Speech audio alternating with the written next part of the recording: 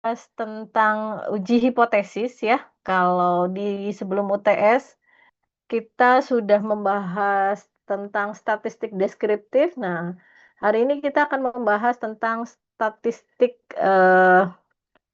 inferensial ya. Jadi kalau deskriptif kemarin kan kita hanya sekedar mengumpulkan, kemudian akhirnya ada proses, menganalisis ya, kemudian mengolah data dan dideskripsikan ya, disajikan dalam bentuk deskriptif. Nah, setelah itu ada juga statistik inferensial. Nah, statistik inferensial ini adalah, statistik di mana kita mau mengeneralisasi, ya, jadi proses mengeneralisasi dari data yang ada, yang sudah kita dapatkan, kemudian kita mau generalisasi ke populasi nih.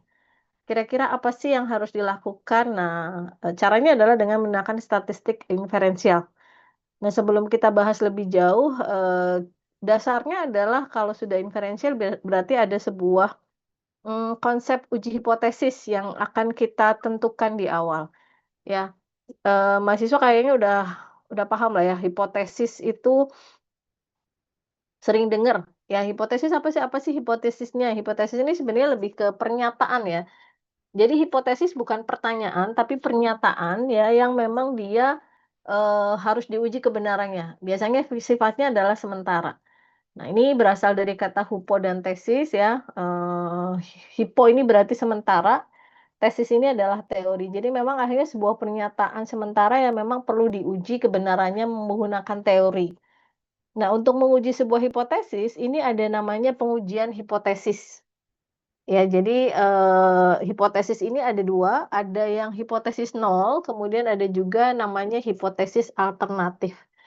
Ya, jadi kalau hipotesis nol ini adalah hipotesis yang memang namanya juga nol ya, kosong ya, atau biasanya kalau kita sering membedakannya adalah yang tidak ada hubungan atau tidak ada, korelasi, tidak ada kaitannya. Nah, kalau alternatif ini adalah hipotesis penelitian yang memang kita harapkan. Nah, kemudian yang berikutnya adalah pengujian hipotesis. Hipotesis ini adalah asumsi atau anggapan yang benar atau bisa salah mengenai sesuatu hal yang yang dibuat untuk menjelaskan suatu hal tersebut, sehingga perlu ada pengecekan. Nah, jadi ini yang harus dibedakan ya, ada hipotesis statistik, ada hipotesis, penelitian. Hipotesis statistik ini adalah asumsi atau anggapan atau pernyataan yang mungkin benar atau mungkin salah mengenai parameter satu populasi atau lebih, ya. Nah, ini terkadang suka, "Bu, hipotesis," karena kalau di hipotesis statistik itu harus ada H0 dan ada H1-nya atau HA-nya. Sedangkan kalau di penelitian, ya sebenarnya sama ya, penelitian biasanya dia hanya, meminta hipotesis alternatifnya saja. Tapi kalau di statistik yang kita, apa namanya, tentukan di awal adalah H0 dan HA-nya. Kenapa? Karena nanti keputusan ujinya adalah kita mau menentukan apakah H0-nya ini ditolak atau diterima, ya, atau istilahnya adalah gagal ditolak. Nanti jangan, pusing ya kalau, ditolak dengan gagal ditolak. Nah, gagal ditolak itu adalah diterima. Kemudian langkah-langkah atau prosedur yang dilakukan dengan tujuan untuk memutuskan apakah kita menerima atau menolak hipotesis tadi, ya, terkait dengan parameter populasi ini dikatakan sebagai pengujian hipotesis. Jadi sebenarnya sebuah, penelitian yang, menggunakan inferensial, yang pertama harus ditetapkan adalah kita menetapkan hipotesis. Hipotesis ini ada yang nol, kemudian ada juga yang hipotesis sifatnya, alternatif ya. Yang nol ini adalah yang nanti akan menentukan, keputusan ujinya. Secara statistik apakah mau diterima H0-nya atau gagal diterima, ya. Nah, kita bahas dari hipotesis nol dulu. Hipotesis nol atau H0 ini adalah yang menyatakan tidak ada perbedaan sesuatu kejadian antara kedua kelompok atau hipotesis yang menyatakan tidak ada hubungan. Tergantung tujuannya apa, ya. Kan ada sebuah penelitian pengen tahu perbedaannya, "Bu, mau lihat beda rata-ratanya, Bu." Nah, berarti, H0-nya adalah tidak ada perbedaan. Kalau pengen tahu, mau lihat ada hubungan apa enggak, Bu, itu HA-nya ya, atau H1-nya, berarti H0-nya adalah tidak ada hubungan, ya. Jadi memang, ini bisa tapi tergantung lagi tujuan ya, jadi sebelum kita melakukan penelitian, atau melakukan survei, ini yang langkah pertama harus ditentukan otomatis adalah tujuan. Jadi sebenarnya kalau kita berbicara deskripsi, itu saling nyambung antara, tujuan ya, hingga nanti, ujungnya adalah di hipotesisnya, sampai akhirnya pada saat hipotesisnya sudah ditetapkan, kita akan bisa menentukan analisis datanya apa, ya. Nah, hipotesis ini biasanya hanya ada pada yang sifatnya adalah inferensial. Tapi kalau statistik deskriptif hanya untuk melihat gambaran ya, kan ada beberapa penelitian atau mungkin ada jurnal ya, manuskrip yang memang, "Bu, tujuan saya hanya mengetahui prevalensinya saja nih Bu, prevalensi stunting di kota Tangsel." Sudah, hanya tahu gambarannya saja, itu nggak perlu hipotesis. Ya, jadi hipotesis ini biasanya adalah, ditetapkan, untuk, apa namanya, yang, tujuannya adalah untuk melihat korelasi, atau untuk melihat, perbedaan. Ya, jadi yang sifatnya memang, ada beberapa variabel atau 2 variabel minimal yang kemudian akan kita lihat. Nah, kemudian yang berikutnya adalah hipotesis alternatif. Nah, hipotesis alternatif ini menyatakan ada perbedaan suatu kejadian antara kedua kelompok atau biasanya bisa juga, menyatakan ada hubungan. Ini contohnya nih, ada perbedaan berat badan bayi antara mereka yang dilahirkan dari ibu yang merokok dengan mereka yang dilahirkan dari ibu yang tidak merokok. Itu kalau tujuannya untuk melihat perbedaan. Tapi kalau untuk melihat ada hubungan nggak sih merokok dengan berat badan bayi, maka H1-nya atau HA-nya adalah ada hubungan merokok dengan berat badan bayi. Oke, kemudian ada ini, keputusan menolak atau menerima. Menolak hipotesis artinya adalah menyimpulkan bahwa hipotesis tidak benar.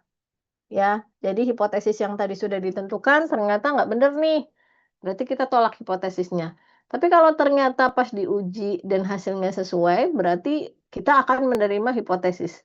Artinya tidak cukup informasi dari sampel untuk menyimpulkan bahwa hipotesis tadi harus kita tolak.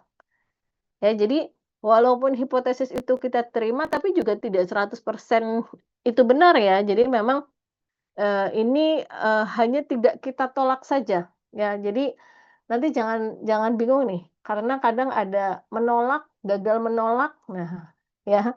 Kemudian, padahal gagal menolak itu sama dengan menerima ya, tapi apakah pada saat menerima hipotesis itu, dianggap benar? Nah, belum tentu juga, kenapa? Tidak ada informasi yang cukup, bahwa sampel tadi menyimpulkan bahwa hipotesis ini harus kita tolak. Nah, kemudian ini arah bentuk, uji hipotesis, ada yang one tail, ada yang two tail. Jadi kalau yang one tail ini adalah satu arah. Nah, satu arah itu biasanya hanya untuk menyatakan adanya perbedaan ya atau, biasanya sih namanya juga one tail ya, satu arah ya. Jadi memang tidak hanya melihat, lebih besar atau lebih kecil, lebih rendah atau lebih tinggi ya. Jadi kalau kita lihat di sini, kita hanya mau melihat apakah ada perbedaan ya. Tapi perbedaannya sudah langsung ditentukan, dia lebih besar atau lebih kecil, ya jadi memang sudah diarahkan, itu namanya adalah one tail. Tapi kalau two tail, ya ini biasanya belum ketahuan nih perbedaannya seperti apa, hanya tahu ada beda saja, hanya tahu ada hubungan saja, ya, tetapi tidak ketahuan perbedaannya ini apakah lebih kecil atau lebih besar. Nah, kalau sudah tahu misalkan kita mau lihat, oh prevalensi COVID di Jakarta nih, pasti bakalan lebih tinggi nih dari nasional, karena memang kita udah tahu Jakarta banyak nih waktu COVID. Berarti apa? Itu one tail. Kenapa? Karena kita sudah menentukan bahwa, apa namanya, di Jakarta kasusnya lebih tinggi dibandingkan nasional. Tapi kalau two tail, ini kita juga masih meragukan nih, perbedaannya seperti apa? Apakah lebih besar, lebih tinggi, lebih rendah? Ya, itu masih, belum ada, kepastian, yang namanya adalah tutel. Nah, contoh nih, pengujian hipotesis bahwa suatu jenis obat baru lebih efektif untuk menurunkan berat badan. Ya, maka rumusan hipotesisnya adalah H0-nya ini adalah obat baru sama dengan obat lama. Ya, atau alias tidak ada perbedaan kan? Ya, obat baru sama dengan obat lama. Ini sebenarnya sama saja dengan tidak ada perbedaan antara obat baru dengan obat lama. HA-nya ini adalah obat baru lebih baik dari obat lama. Ini dikatakan sebagai one tail. Kemudian seorang dokter menyatakan bahwa lebih dari 60% pasien yang menderita paru-paru di suatu rumah sakit adalah karena merokok. Ya, 60% nih. Maka hipotesis nolnya, ya, ini berarti kan tadi dinyatakan kan ini, hipotesis awalnya si dokter ini adalah hipotesis HA-nya. H0-nya berarti akan sama ya, prevalensi antara yang tadi yang ditentukan 60% dengan yang ditemukan. Ya jadi, apa namanya, antara H0 ini bukan berarti tidak ada hubungan, tidak ada apa, perbedaan, tapi bunyinya bisa seperti ini nih, obat baru sama dengan obat lama, atau prevalensinya 60% sama dengan, prevalensi yang tadi untuk yang merokok, sakit paru-paru karena merokok sama dengan 60%. Ya, jadi sebenarnya hipotesis nol ini kontraknya atau lawannya dari hipotesis alternatif. Makanya untuk menentukan hipotesis alternatif ya tujuannya dulu, kita balikin tujuan, tujuannya sudah jelas, ditentukanlah hipotesis satunya, baru kita bisa menentukan H0. Nah, kemudian ada ini, kesalahan, dalam mengambil keputusan. Nah, tadi kan ya, di akhir adalah kita akan mengambil keputusan, apakah hipotesis ini akan ditolak atau gagal ditolak. Tapi hati-hati karena kita juga ada beberapa kesalahan yang mungkin terjadi dalam mengambil keputusan. Yang pertama adalah kesalahan tipe 1 ya, atau kita sebutnya adalah alfa. Nah, ini yang sering nih, alfanya berapa ya?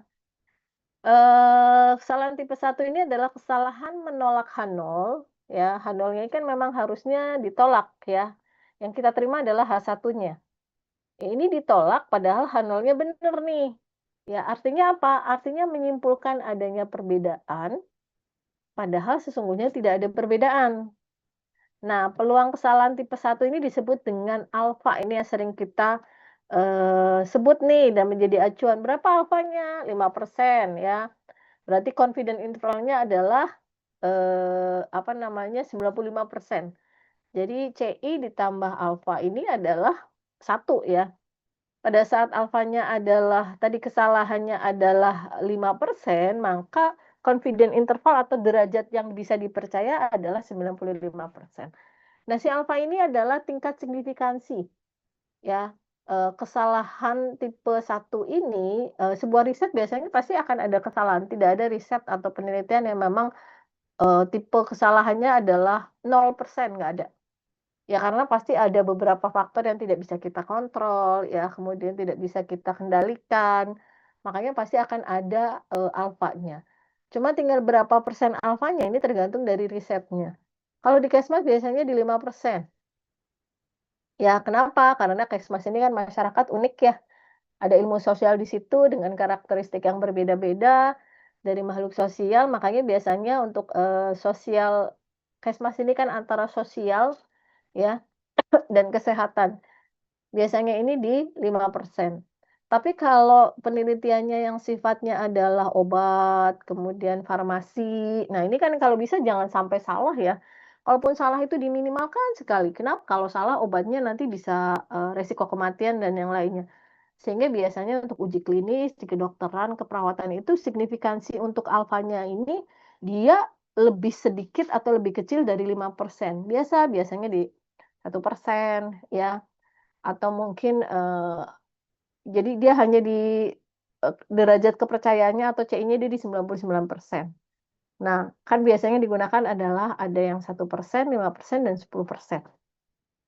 Nah, kemudian peluang untuk tidak membuat kesalahan tipe 1 ini adalah sebesar 1 minus alfa atau bisa dikatakan sebagai confident level. Nah, itu tadi derajat kepercayaannya. Jadi derajat kepercayaan ini adalah 1 minus alfa. Alfanya 5% berarti derajat kepercayaannya atau confident levelnya adalah 95%.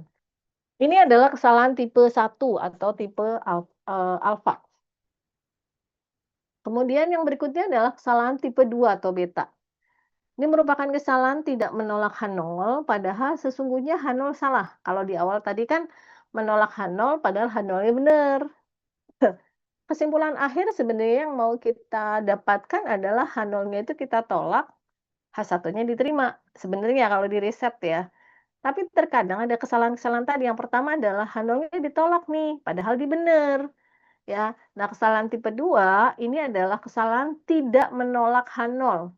Jadi harusnya di apa namanya, ditolak ya, eee diterima sorry, tapi, sesungguhnya Hanolnya adalah salah. Nah ini, kebalikannya dari kesalahan tipe 1 atau alfa. Artinya apa? Tidak ada perbedaan, padahal sesungguhnya adalah ada perbedaan. Jadi udah tahu Hanolnya salah tapi diterima ya. Jadi peluang kesalahan tipe 2 ini adalah beta, dan peluang untuk tidak membuat kesalahan tipe 2 ini adalah 1 minus beta atau dikatakan sebagai tingkat kekuatan uji. Nah ini ya, jadi harus bisa membedakan alfa, nilai alfa tuh apa sih? Karena ini kita udah masuk nih, kalau sudah ke inferensial berarti sudah mulai ada hipotesis, ada mulai mengenal jenis-jenis uji, mulai mengenal signifikansi, derajat kepercayaan kemarin kita sudah bahas di estimasi ya. Oke, nah agar lebih mudah mungkin ke sini deh ya, kita bikin tabel. Kalau H0-nya benar, harusnya kalau H0-nya benar, itu harusnya diterima nih, ya. Kalau H0-nya benar kemudian kita terima, ya berarti keputusannya tepat, 95% ini. CI namanya, atau confident interval tadi. Tapi kalau H0-nya benar, ya kemudian ditolak, nah ini dikatakan sebagai kesalahan jenis 1, ya. Jadi alfanya ini adalah, H0-nya benar, tapi ditolak. Nah, ini adalah kesalahan tipe 1 atau jenis 1. Kalau kesalahan jenis 2 adalah hipotesis nolnya ini salah, tapi kita tolak. Itu kan memang benar ya, kalau salah ya kita tolak, berarti itu dikatakan kekuatan ujinya benar nih, 1 minus beta. Nah, kalau ternyata hipotesis nolnya salah, tapi tetap kita terima, ya ini dikatakan sebagai, kesalahan jenis 2 ya, atau nilai beta. Ya jadi ini untuk lebih mempermudah, apa namanya, kita menentukan ini kesalahannya tipe 1 atau tipe 2. Nah, untuk menentukan H0-nya bagaimana, Bu? Nah, itu tadi, H1-nya ini mesti ditentukan dulu, makanya sebuah penelitian itu mesti jelas tujuan.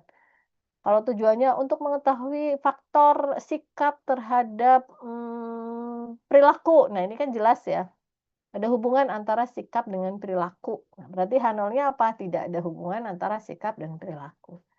Jadi untuk menentukan H1 ini sebenarnya kita harus tarik dulu dari tujuan penelitian.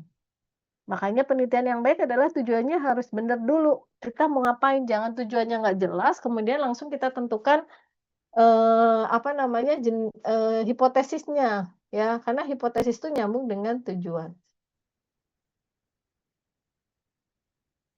Nah, kemudian ini jenis-jenis uji hipotesis, ada uji min 1 sampel, ada uji beda proporsi. Kalau namanya juga min ya, min ini kan rata-rata, rata-rata 1 sampel. Tujuan pengujian adalah untuk mengetahui perbedaan rata-rata populasi dengan rata-rata data sampel penelitian.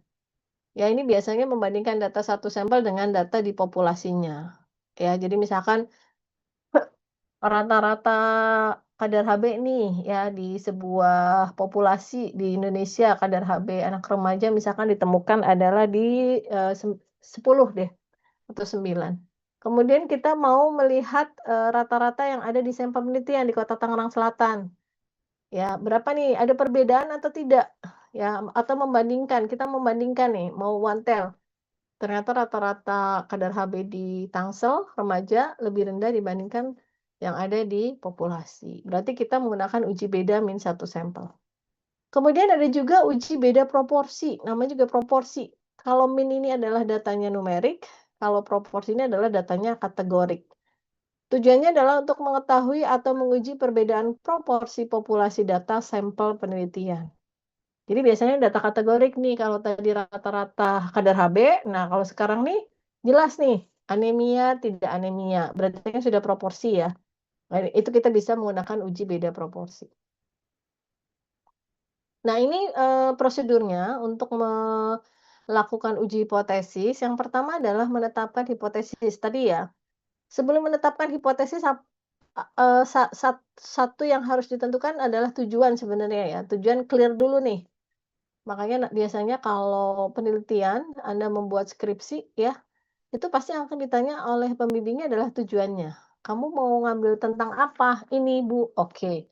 "Terus mau kamu apa ini? Tujuannya apa nih?" Nah, ya jadi pada saat penelitian pasti yang akan ditanyakan adalah judulnya, tujuannya apa dulu. Kenapa? Karena menentukan untuk tahap-tahap berikutnya. Ya, kalau sudah tujuannya ditetapkan, tinggal ditetapkan hipotesis ya, di mana H1 atau HA-nya ini adalah dia akan sejalan dengan tujuan. Kemudian ada penentuan uji statistik, batas tingkat kemaknaan ya, atau kesalahan tipe satunya ya, atau alfanya, penghitungan dan keputusan uji statistik. Kita mulai dari menetapkan hipotesis. Nah, pada saat menetapkan hipotesis tadi di awal ya, kita mau menentukannya apa nih? One tail, two tail ya. Jadi, hipotesis alternatif ini adalah, sejalan dengan tujuan, sedangkan H0-nya ini adalah dia, kebalikannya atau kontrak dengan H1-nya atau HA-nya. Nah, tentukan juga nih kita mau mengambil yang one tail atau yang two tail. Nah, sudah paham ya, one tail itu berarti Eee, sudah langsung bisa apa, sudah langsung bisa dijelaskan keinginannya apakah dia lebih besar, lebih tinggi, lebih kecil, lebih rendah, ya. Kalau di tutel itu hanya melihat mungkin perbedaannya saja, tapi perbedaannya nggak tahu yang mana nih, atau mungkin hubungannya saja ya, ini di hipotesis, tutel. Nah, kalau sudah, hipotesisnya sudah ketahuan ya, sudah ditetapkan hipotesis, kemudian baru kita tentukan uji statistik, ya.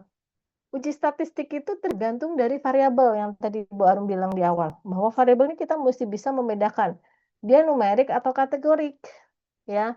Numerik berarti skala pengukurannya adalah nominal, ordinal. Kalau kategorik sorry, kalau kategorik, skala pengukurannya adalah nominal, ordinal. Kalau numerik adalah interval dan rasio.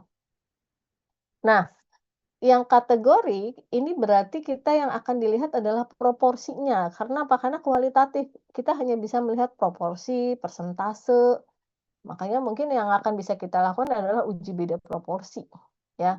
Tapi kalau interval dan rasio untuk variabel yang numerik itu adalah rata-rata.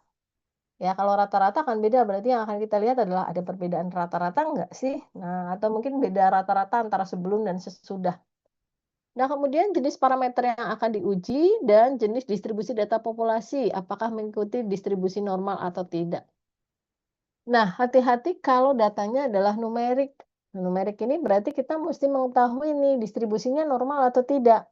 Karena kalau normal ya berarti kita pakai statistik parametrik ya. Di mana statistik parametrik ini adalah statistik yang memang, khusus untuk data-data yang sifatnya numerik adalah dia, distribusinya normal. Tapi kalau yang dia tidak normal ya, maka kita menggunakan statistik non parametrik. Nah, ya makanya ini mesti diperhatikan ya. Nah, kemudian sebagai gambaran, jenis uji statistik untuk mengetahui perbedaan mean akan berbeda dengan uji statistik untuk mengetahui perbedaan proporsi atau persentase. Contoh yang beda mini, kita bisa pakai uji ANOVA, uji T, korelasi, regresi, ya. Kalau yang proporsi kita bisa uji chi-square. Ini yang statistik parametrik. Yang non parametrik banyak ya, ada Mann Whitney, kemudian banyak lah ya. Kalau ini nanti kita belajar deh yang non parametrik seperti apa. Ini pilihan kalau misalkan ternyata datanya kok nggak normal Bu, terus mesti diapain Bu? Kita nggak mentok. Jadi ada beberapa jenis analisis yang bisa kita, pilih ya pada saat distribusinya itu tidak normal. Nah kalau sudah, tadi satu menentukan, hipotesis, yang kedua jenis ujinya, yang ketiga adalah level signifikansinya, ya, batas signifikansi atau kemaknaan atau kesalahan tipe satu ya. Ini kesalahannya mau diambil berapa persen nih yang tadi Bu Arum jelaskan, Kesmas sih biasanya pakai 5% alfanya. Ya, kalau untuk yang kedokteran atau klinis itu 1%. Karena apa? Harapannya ya kesalahan itu sekecil-kecilnya. Ya, jadi, kita tetapkan di 5%. Nah, baru kemudian kita lakukan perhitungan uji statistik, ya. Perhitungan uji statistik ini adalah menghitung data sampel ke dalam uji hipotesis yang sesuai. Contohnya misalkan kita mau melihat perbedaan rata-rata 2 kelompok, rata-rata berat badan. Berarti kita bisa pakai adalah uji T, ya. Dari hasil perhitungan tersebut, kita bisa membandingkan dengan nilai populasi. Sehingga kita bisa menentukan nih, hipotesisnya ini akan ditolak atau kita gagal tolak hipotesis tadi, ya, untuk H0-nya. Kemudian kalau sudah baru ada keputusan uji. Nah, ini tadi adalah menghitung ya, kemudian baru kita tentukan keputusannya. Keputusan uji statistik ini ada 2 kemungkinan nih. Apakah kita mau menolak hipotesis nol atau gagal ditolak ya, menolak atau gagal ditolak. Ya, jadi memang kalau di statistik kuncinya adalah di H0-nya, mau ditolak atau gagal ditolak, ya. Jadi istilahnya bukan di H1-nya, tapi di H0-nya sebagai ukurannya, indikatornya. Jadi H0-nya mau ditolak atau gagal ditolak nih, makanya tapi kalau di hipotesis penelitian, kalau di proposal, di hipotesis penelitian ya, itu pakainya adalah H1. Cuma kalau di statistik, penentuannya adalah di H0. Apakah H0-nya mau ditolak atau gagal ditolak. Ya, pada saat kita berbicara pendekatan klasik, maka untuk memutuskan apakah H0 ditolak atau gagal ditolak, ini dapat membandingkan dengan uji statistik pada nilai tabel. Ya, nanti kita akan coba hitung, ada juga menggunakan tabel. Nah, tabel ini disesuaikan juga ya, karena kemarin kita sudah belajar pakai uji Z, ada uji T, tabel T, ya kemudian ANOVA, ya kemudian ada Z. Ini distribusi normal biasanya ya untuk, min. Kemudian, banyak nanti yang akan kita gunakan untuk menentukan apakah, keputusan uji ini kita akan terima atau tidak, bisa berdasarkan tabel yang ada. Nah, tabel-tabel itu ada di buku ya, jadi untuk mengecek ada yang, apa namanya, chi-square, distribusi chi-square, kemudian ada distribusi F, F ini untuk ANOVA, ya, kemudian ada juga untuk yang distribusi T. Nah, ini contohnya, jadi kalau misalkan uji statistiknya adalah, tutel atau dua arah. H0-nya ini berarti kan, sama dengan X ya. Jadi, X ini sama dengan atau rata-rata pada sampel ini sama dengan rata-rata pada populasi, ya. Alias tidak ada perbedaan, sama kan? Nah, kalau HA-nya ini adalah rata-rata sampel berbeda atau rata-rata di, sampelnya berbeda dengan rata-rata yang ada di populasi. Nah, pada uji ini kelihatan ya, karena kita hanya lihat, sama atau beda, makanya ini dia pakainya adalah tutel. Nah, akan berbeda nih, kalau penelitiannya tutel, itu untuk melihat nilai tabel juga akan berbeda, dia akan dikali setengah. Ya, makanya nanti di tabel, ada lagi yang dibagi 2 atau dikali setengah sama Bu Arum, kali setengah kan bagi 2 ya. Ada juga yang tidak. Cara membedakannya yang mana, Bu? Cara membedakannya adalah cek dulu hipotesisnya, dia one tell atau two tell. Karena penggunaan tabel itu juga akan, apa namanya, beda nih hasil akhirnya. Dibagi 2 itu pada saat kita menggunakan two tell.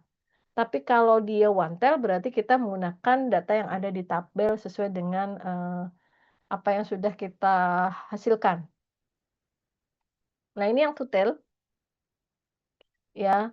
Tutel ini kalau 95% CI-nya berarti kan 1,96 ya. Nah, ini kan kurvanya ini luasnya adalah 1. Nah, di sini setengah, di sini setengah. Ini kalau 1 ya, rata-rata ada di sini kalau kita berbicara, rata-rata ya distribusi normal. Nah, maka nilai alfa yang ada di sini adalah setengah alfa. Kalau tadi di sini kan setengah ya, tapi karena setengah alfa berarti 0,025. Jadi area penolakan adalah ada di sebelah kanan dan ada di sebelah kiri. Ini kalau yang two tail. Kalau yang one tail, nah one tail ini kan berarti itu tadi, ada yang lebih, ada yang kurang. Tinggal kita tujuannya mau melihat apa nih? Rata-rata di sampel itu lebih sedikit atau lebih tinggi atau lebih rendah, nah ini kita tentukan. Makanya namanya adalah satu arah, ini tidak perlu dibagi 2. ya. Jadi alfanya tetap 5%. Alias berapa? Kalau kita lihat di tabel Z-nya adalah 1,65. Bentuknya adalah seperti ini. Alfanya adalah 5% penolakan ya. Tergantung dia mau di sisi sebelah kanan atau di sisi sebelah kiri.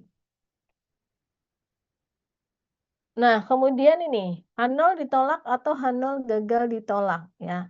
Bila nilai perhitungan uji statistik lebih besar dibandingkan dengan nilai yang berasal dari tabel, nah nanti kan kita ngitung dulu nih, ya.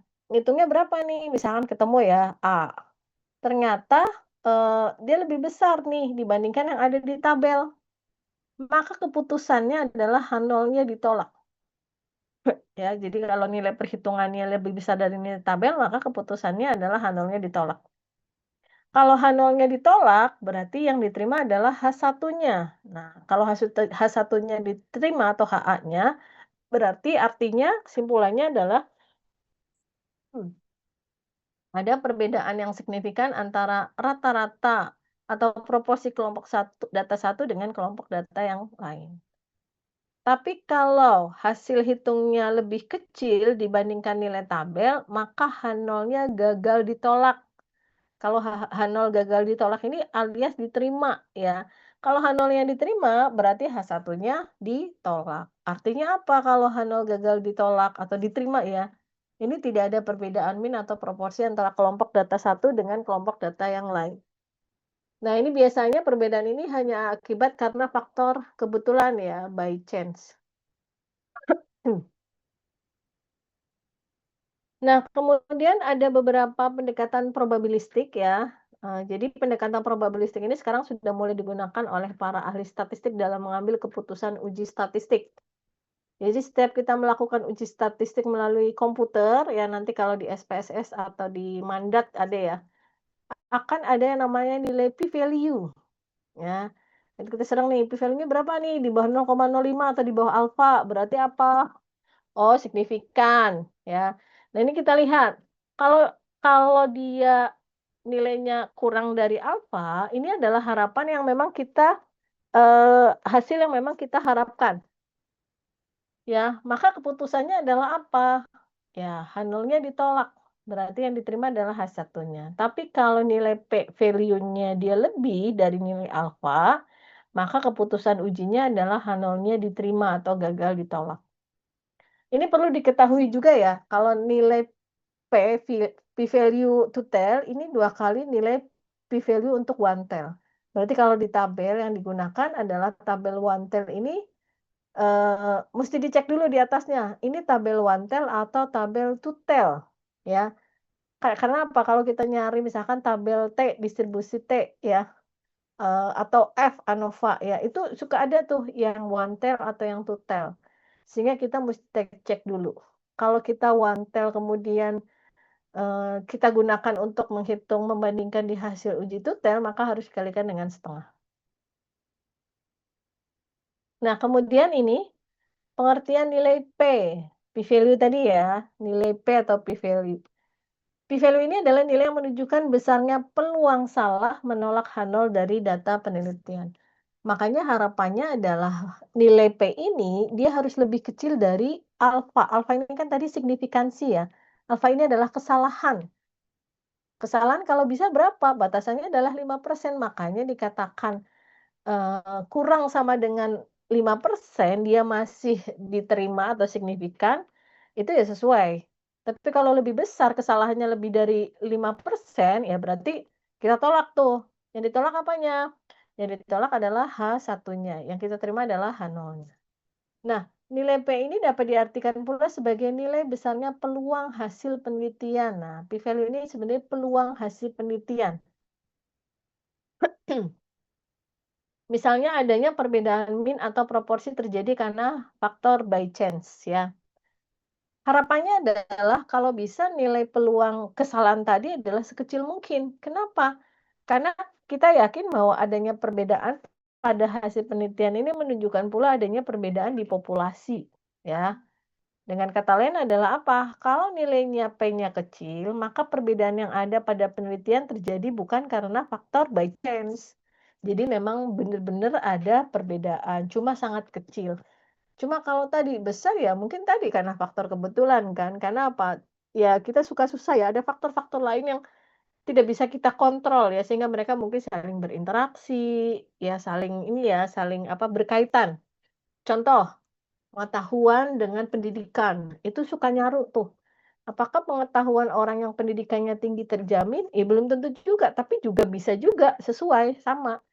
Atau orang yang berpendidikan tinggi biasanya pengetahuan akan mengikuti juga. Ya pada beberapa kasus mungkin iya ya, tapi ada juga yang, belum tentu juga Bu, contohnya pendidikannya tinggi dokter, tergantung juga dokter bidang ilmu apa dulu kan, sedangkan yang ditanyakan adalah bidang ilmu yang lain. Tapi bisa jadi karena dia sudah dokter, akhirnya dia akan berusaha mencari tahu. Nah, ini kan sebenarnya saling berkaitan ya. Nah, ini adalah uji beda min satu sampel. Nah, kita sudah mulai ini ya, sudah mulai apa namanya, membahas tentang uji beda min satu sampel. Bila hipotesis nol ya, ini dilawan dengan hipotesis alternatif atau H1 ya. Kalau H0 ini kan tadi berarti tidak ada perbedaan alias sama ya. Kalau H1 ini ada perbedaan nih, ini yang one tail, dia mau lebih besar atau lebih kecil. Maka pengajuan hipotesis ini tadi satu arah, tapi kalau ini berarti dia dua arah. Contohnya ini, bila nilai ini adalah standar deviasi diketahui maka digunakan uji Z. Nah, rumusnya bila nilai standar deviasi ini tidak diketahui maka digunakan uji T. Ini sudah dibahas sebenarnya ya, tapi kita refresh lagi. Z sama dengan X bar atau rata-rata dikurangi rata-rata populasi, ini adalah rata-rata sampel dibagi dengan standar deviasi populasi dibagi dengan akar N. Tapi ini kita pakainya adalah uji Z. Tapi kalau rata-ratanya, tidak diketahui di populasi, kita bisa menggunakan rata-rata yang ada di sampel, ya. Rata-rata sampel dikurangi rata-rata populasi standar deviasi maksudnya, dibagi standar deviasi sampel dibagi akar N, ya. Kita pakainya adalah uji T. Nah, ini saja, berbeda nih pemakaiannya. Yang satu adalah Z, ya, uji Z-nya dengan tabel Z, yang satu adalah uji T. Ini contohnya, diketahui bahwa kadar kolesterol orang dewasa normal ya adalah 200. Ini berarti di populasi nih. Standar deviasinya berarti 56 ya. Ini standar deviasi populasi, ini adalah rata-rata populasi. Kemudian peneliti melakukan pengukuran kolesterol pada kelompok hipertensi. Nah, ini N 49. Rata-rata kolesterolnya adalah 220 gram. Nah, di sampel tadi ya, peneliti ingin mengetahui nih apakah kadar kolesterol penderita hipertensi berbeda dengan yang orang normal. Berarti kita pakai Z nih, ya. Di Z, kenapa? Karena standar deviasi pada populasi diketahui. Tentukan dulu ya hipotesisnya. Nah, ini dia kalau menjawab uji hipotesis adalah tentukan hipotesisnya dulu. Ya, ini rata-rata pada populasi sama dengan rata-rata yang ada di apa namanya, kelompok, penderita hipertensi, atau berarti tidak ada perbedaan. Nah, kemudian kalau di HA-nya ada perbedaan rata-rata kadar kolesterol populasi dengan yang ada di kelompok penderita hipertensi. Kalau sudah dimasukkan, nah ini kita lihat, karena hanya untuk melihat ada perbedaan, ya, atau tidak ini adalah two tail, maka kita lihat, ya, pakai rumus Z-nya. Rumus Z-nya ini berarti rata-rata sampel dikurangi rata-rata populasi dibagi standar deviasi populasi dibagi dengan akar N. Hasilnya 2,5. Nah, kita cari di tabel distribusi normal untuk nilai P-nya. Ya, berarti tabel Z ya. Nah, Z-nya didapatkan adalah 2,5. Ya, didapatkan pada tabel. Ini kalau pada tabel ya, 0,493. Berarti P-nya dari level of significant tadi kurva karena separuhnya adalah setengah, berarti 0,5 dikurangi 0,49. Nah, karena arah ujinya adalah tutel, ya, maka P-nya dikali 2. Sehingga 2 dikali 0,0062. Hasilnya menunjukkan P-nya lebih kecil daripada alfa. Ini memang yang diharapkan kan, karena dia lebih kecil dari kesalahan itu sendiri. Sehingga apa? H0-nya ditolak. Kesimpulannya bagaimana? Karena H0-nya ditolak, berarti yang diterima adalah HA-nya atau H1-nya. H1-nya adalah ada perbedaan kolesterol antara orang dewasa dengan penderita hipertensi. Nah, kemudian ini untuk yang sampel kecil, ya. Jadi, kalau standar deviasinya tidak ditemukan, ya, di populasinya, maka, kita bisa melihat dengan, eee, oh oh ya, populasi ini ada yang terbatas, ada yang, tak terbatas. Ya, jadi kalau rata-rata dari populasi ini di mana standar deviasinya tidak diketahui, ya, ini varian berarti ya. Statistik T ini, biasanya simpangan baku tidak diketahui, maka nilai, standar deviasi ditaksir dengan nilai standar deviasi yang ada pada sampel. Ini contohnya. Rata-rata waktu yang diperlukan oleh dokter untuk memeriksa pasiennya adalah sekitar 45 menit, ya, dengan simpangan baku 8 menit. Kemudian saat pendaftaran yang lebih teratur dan komputerisasi, Eee, waktu pasien diperiksa oleh dokter menjadi berubah, ya. Diambil secara acak sebanyak 10 dokter yang bekerja pada saat itu ternyata diperlukan, untuk memeriksa pasien adalah 35 menit, dengan simpangan bakunya adalah 9,5 menit. Nah, apakah Anda percaya dengan harapan tersebut? Nah, signifikansinya yang diminta adalah 1% dan 5%. Ya, kita masukkan dengan rumus T, ya. Rata-rata di populasinya 45, simpangan bakunya ada 8 menit. Populasinya dianggap tidak terbatas ya, sampelnya adalah 10 dan rata-ratanya adalah 35 menit. Simpangan bakunya di, sampel ini adalah, 9,5. Nah, ini kita mau lihat nih, ini namanya adalah one tail. Kenapa one tail? Karena ada lebih kecil. Ya, jadi kalau lebih kecil, lebih besar, lebih tinggi, lebih rendah, itu berarti dia, satu arah. Kita lihat alfanya adalah 1%. Ya, nah, di sini ada namanya derajat kebebasan, degree of freedom ya, DF. Ini adalah N-1, 10 dikurangi 1 sama dengan 9. Maka untuk nilai kritisnya adalah di T-nya 0,01 dan degree of freedom-nya adalah 9. Ya, nanti ini akan dibahas lagi deh di pertemuan berikutnya. Nanti dibaca saja dulu. Jadi kalau lihat di tabel nanti ada namanya DF. DF-nya dicek, DF-nya adalah 9 ya, sebelah kiri, nanti kemudian di 0,01 kita tarik. Ya hasilnya adalah 2,82. Tapi kalau yang alfanya 5%, maka yang dilihat adalah 0,05 dengan degree of freedom-nya adalah 9. Hasilnya adalah 1,833. Ya. Kemudian kita lihat nih hasil T hitungnya, ya T hitungnya adalah minus 3,3. Kita pakai nilai kritis T yang negatif yaitu tadi ya, untuk yang alfanya adalah 1%, ini adalah minus 2,82 dan yang 5% adalah minus 1,83. Artinya apa? Artinya nilai T, T hitung ini berada di daerah penolakan H0. Ini ada contoh yang lainnya lagi ya, tapi ini, akan kita bahas lebih mendalam lagi nanti di pertemuan berikutnya. Biar nggak ngebul nih, Bu Harum sebenarnya mau ngantarin sampai hipotesis saja ya, nanti untuk rumus-rumus kita bahas di pertemuan berikutnya. Oke, sampai sini ada yang mau ditanyakan, silahkan.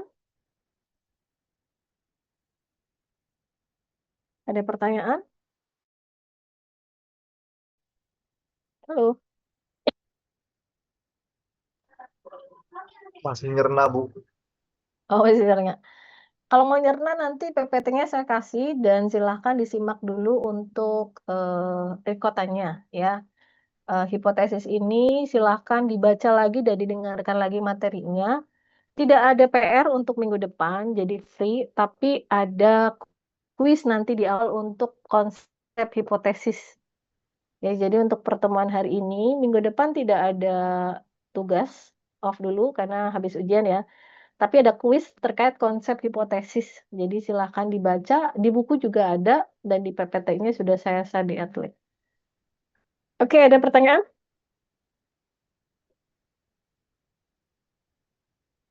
Bertanya Bu.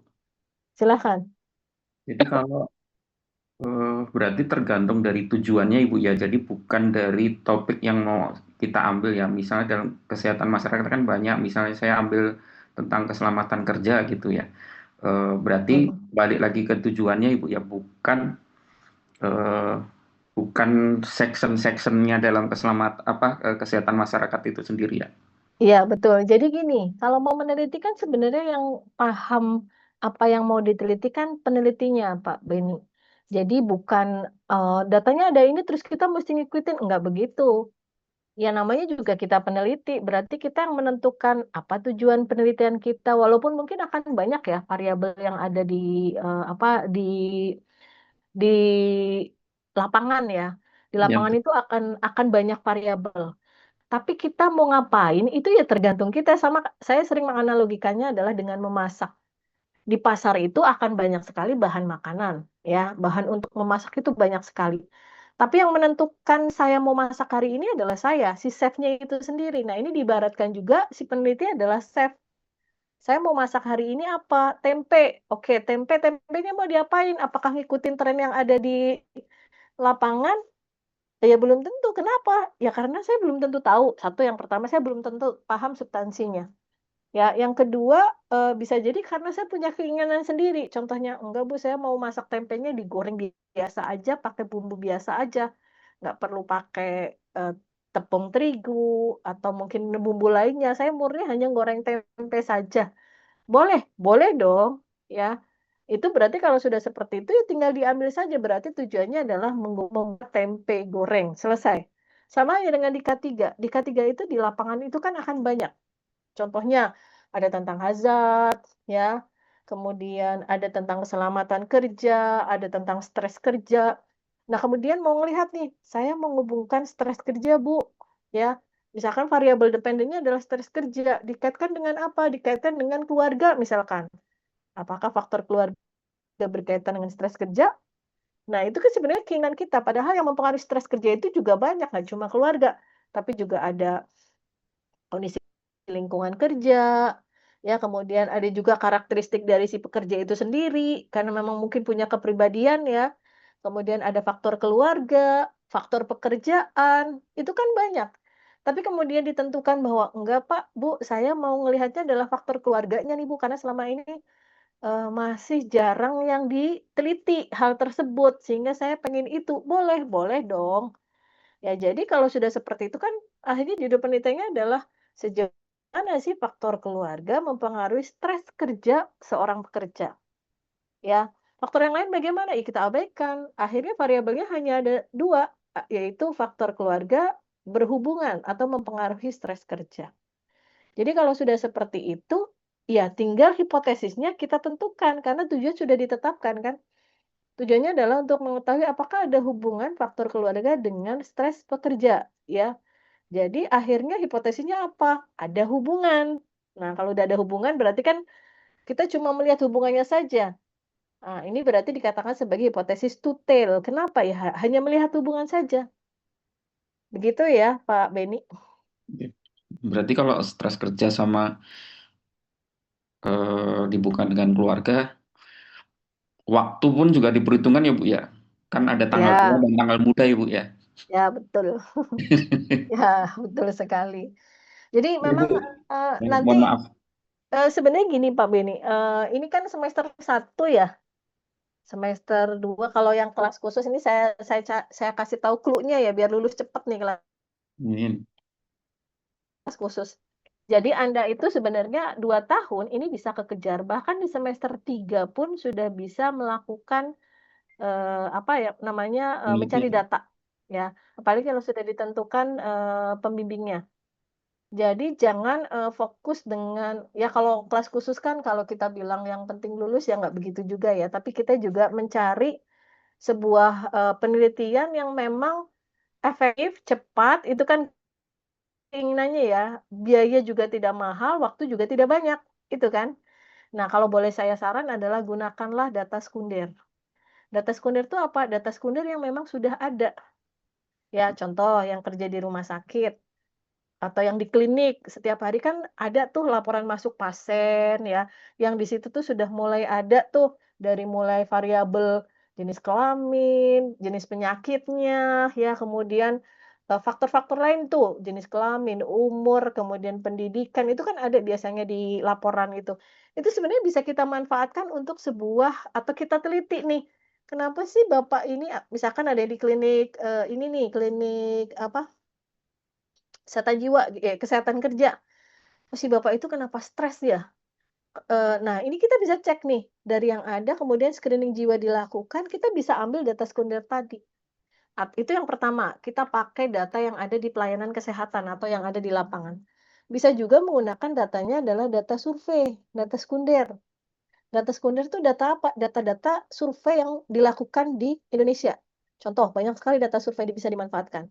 Ya, contohnya ada data SKI, kemudian data Riskesdas, data SDKI, ya, atau data survei-survei lain. Kalau yang K3 ada nggak, Bu? K3 kebanyakan mungkin ini ya, karena data survei K3 ini masih jarang, data sekunder survei lapangan K3 ini, susah untuk ditemukan, karena K3 ini kan tiap segmen, tiap bagian akan berbeda. Tapi kalau kesehatan secara umum kan bisa sama. Nah, itu sebenarnya kita bisa pakai itu, atau yang rumah sakit nih, ada namanya Risvaskes, Riset Fasilitas Kesehatan. Ada survei lain ya, yang memang bisa kita manfaatkan. Caranya adalah apa? Cek dulu tuh laporannya. Laporan SKI misalkan, trennya apa tuh? K3 tuh bisa, Pak. Kalau Pak Beni di K3 ada data Riskesdas, ya, kecelakaan kerja, itu ada di situ.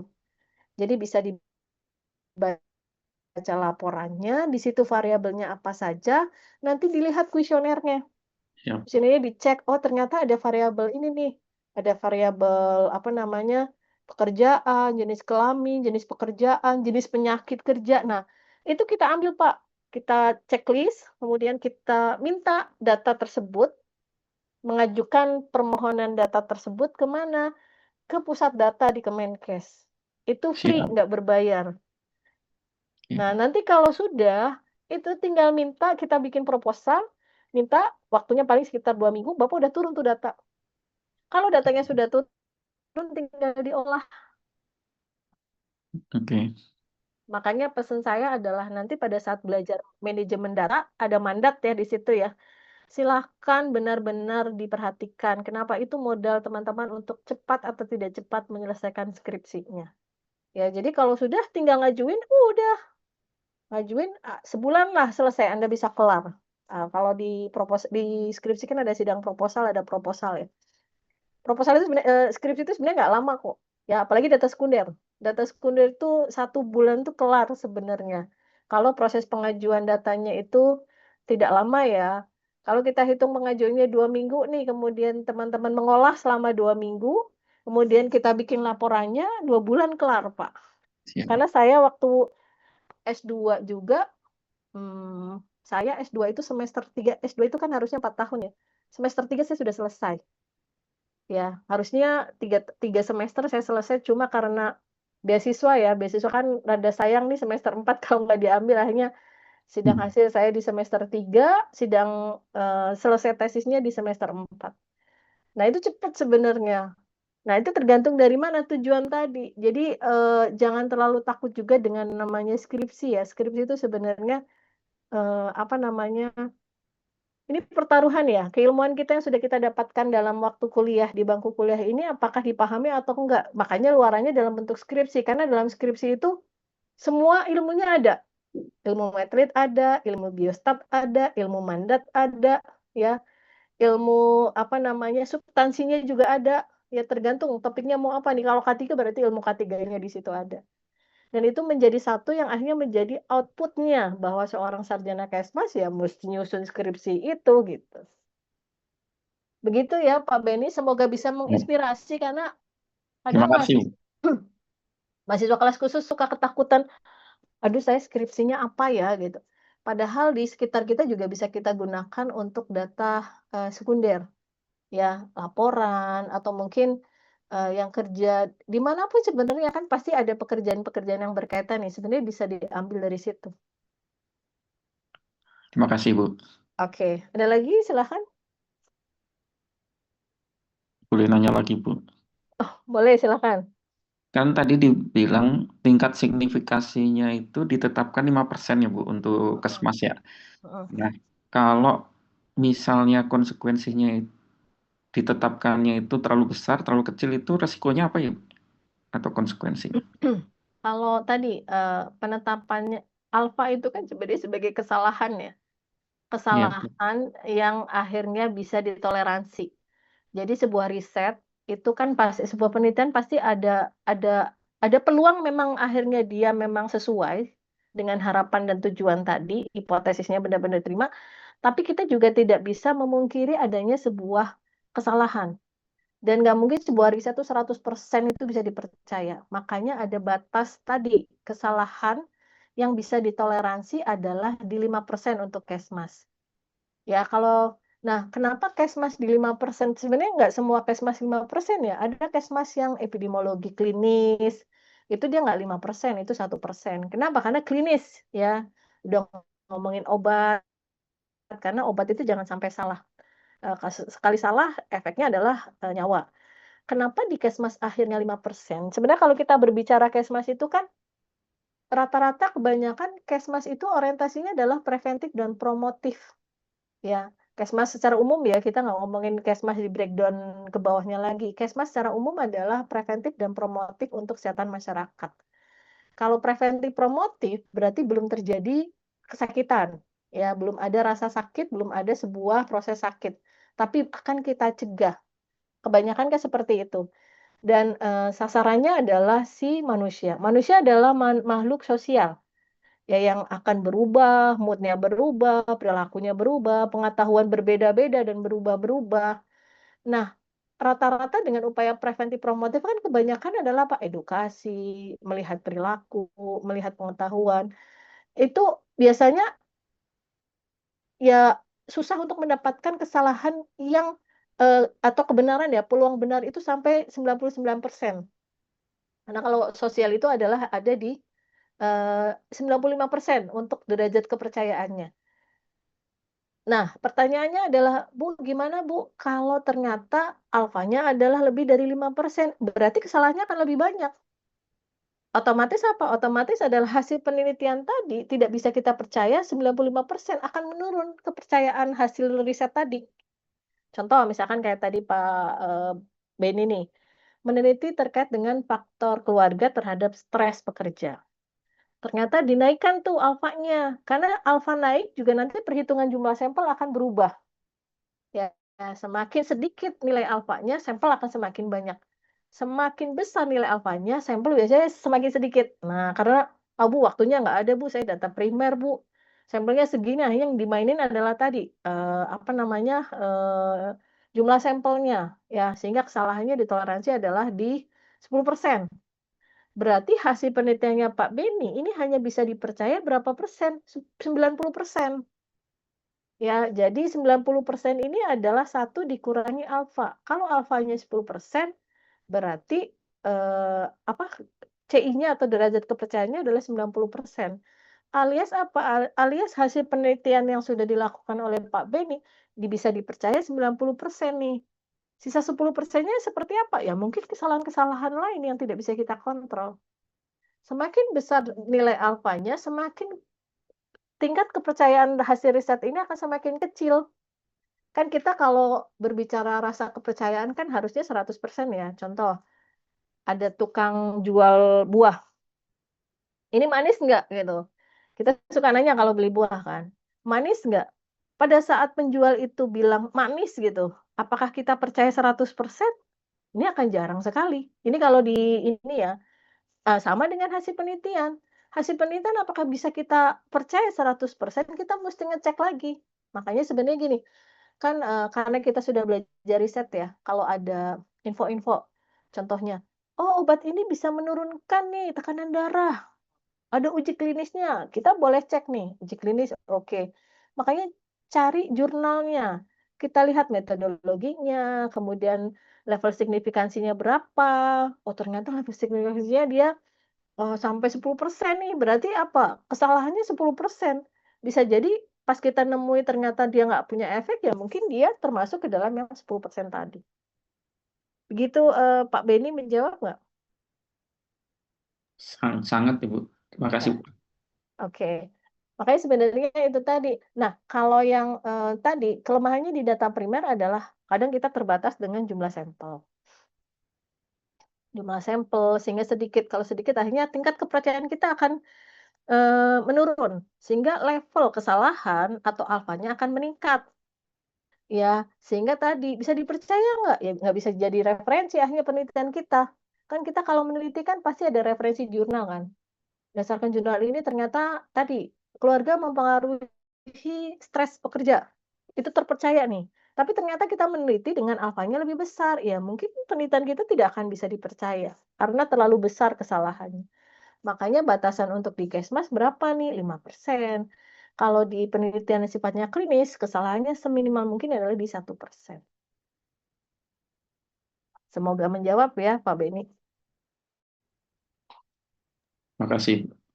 Ya, ada lagi? Baik, kalau tidak ada mungkin dicukupkan ya. Sepertinya sudah lelah otaknya. Saya tidak mau minggu depan kita mulai latihan lagi. Saya review sedikit untuk yang hitungan hari ini. Tadi saya kasih beberapa contoh hitungan, tapi mungkin sudah lelah otaknya. Kita akan latihannya di minggu depan. Tidak ada PR untuk minggu ini, tapi minggu depan ada kuis substansi terkait dengan uji hipotesis. Kalau tidak ada, saya tutup. Kita membaca hamdalah, alhamdulillahirrabbilalamin. Assalamualaikum warahmatullahi wabarakatuh. Waalaikumsalam warahmatullahi wabarakatuh. Terima kasih, Bu. Terima kasih, Bu Armando. Recording stopped.